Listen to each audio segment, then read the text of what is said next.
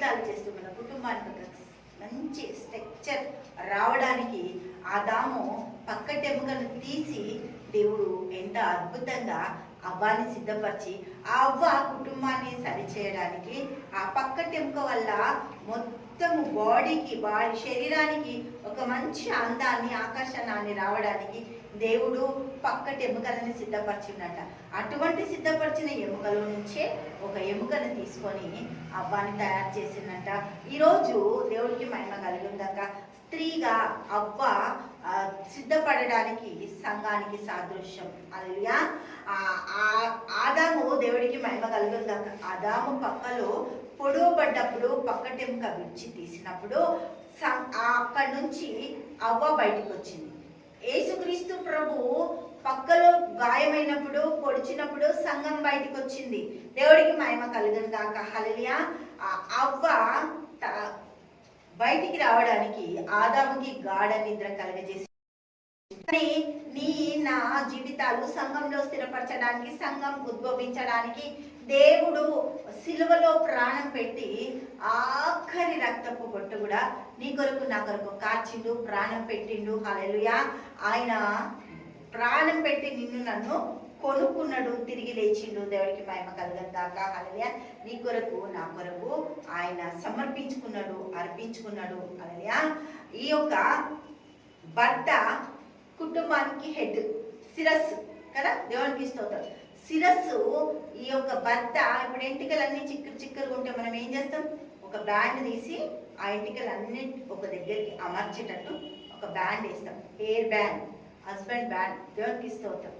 ఈ యొక్క హస్బెండ్ కూడా కుటుంబానికి ఒక బ్యాండ్. కుటుంబం చెదిరిపోకుండా ఉండడానికి, కుటుంబం సమకూర్చబడడానికి యజమాని ఒక మంచి క్రియలు ఆ కుటుంబాన్ని ఆశీర్వదిస్తాయి. భర్త ఒక పోస్ట్, భర్త ఒక క్రియలు, భర్త ఒక పనులు కుటుంబాన్ని ఎంతో సంతోషంగా ఉండడానికి కారణము. హల్లెలూయా. దేవునికి స్తోత్రం.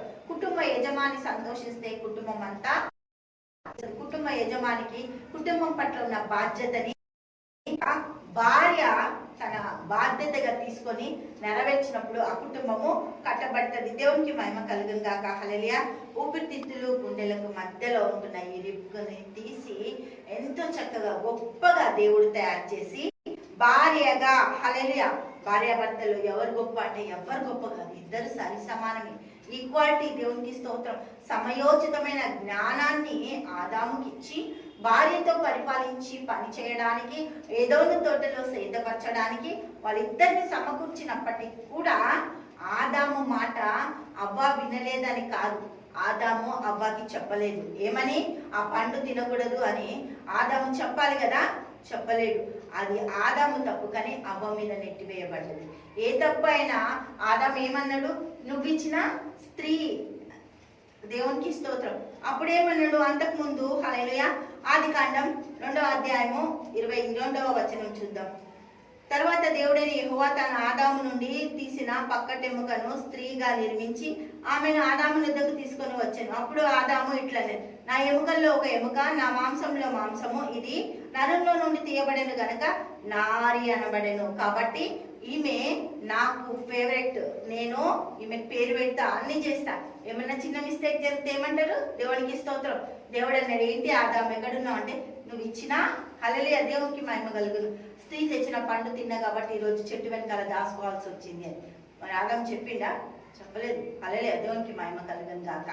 తండ్రి యేసయ్యానికి స్తోత్రాలు. గొప్ప దేవ, అద్భుతంగా ఆశ్చర్యకరంగా మీకే స్తుతులు స్తోత్రాలు చెల్లిస్తున్నాను. ప్రతి బిడ్డకు తండ్రి మంచి తండ్రి నాయన, భార్య భర్తల సంబంధం, సంతోషం, సమాధానం ఆ కుటుంబాన్ని కట్టేటట్టు నీ గొప్ప కృపనిచ్చిన కృతజ్ఞతలు చెల్లిస్తే యేసునామములో ప్రార్థిస్తున్నాము తండ్రి. ఆమేన్, ఆమేన్, ఆమేన్.